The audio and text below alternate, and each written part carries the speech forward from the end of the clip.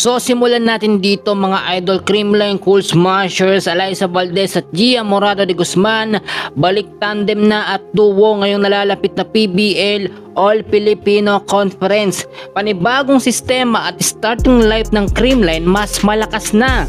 Bago natin simulan, please huwag nyo muna kakalimutan na mag-like and subscribe. Maraming salamat. Finally, the long wait is over dahil nga po muli na nagbabalik sa CCS etong si Gia Morado de Guzman. So ngayon papalitan na muna niya si Kyle Negrito bilang setter.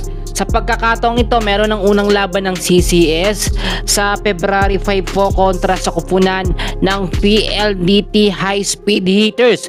Bukod po dyan, magandang balita dahil si Gemma Galanza ay makakapaglaro na rin sa Creamline. So ngayon, ang magiging starting lineup ng Creamline, balik na po si Gia Morado, Alyssa Valdez, Gemma Galanza, si Tots Carlos, si Pede Leon or gagamitin si Michelle Gumabaw. Yan po yung mga player na sinasabi ko sa inyo na original na starting lineup po ng Creamline. Sa pagkakataong ito, alam naman natin last conference hindi na ibigay ng Creamline ang kanilang pinakamalakas na sistema kasi halos lahat ng mga star player nila ay hindi naman po nakapaglaro, no? Si Gemma Galanza nagkaroon ng foot injury, wala rin po itong si Gia Morado, pero sa pagkakataong ito marami tayong nakuha mga update na ang Creamline Cool Smashers ay mas malakas na.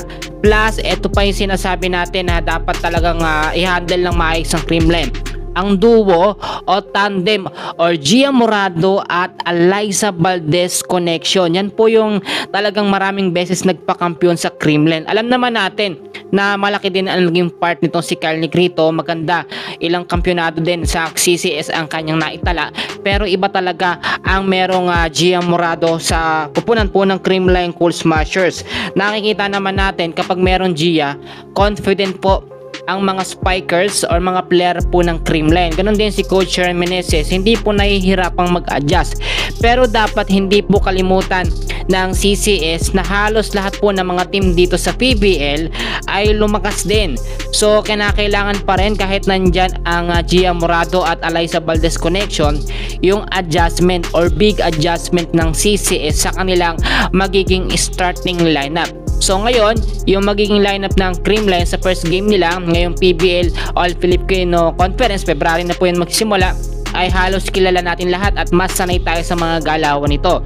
Well mga kaibigan, marami pa mga pagbabago sa update. So dyan lang kayo and please huwag nyong kakalimutan na mag-like and subscribe for more Creamline and PBL updates. Maraming salamat.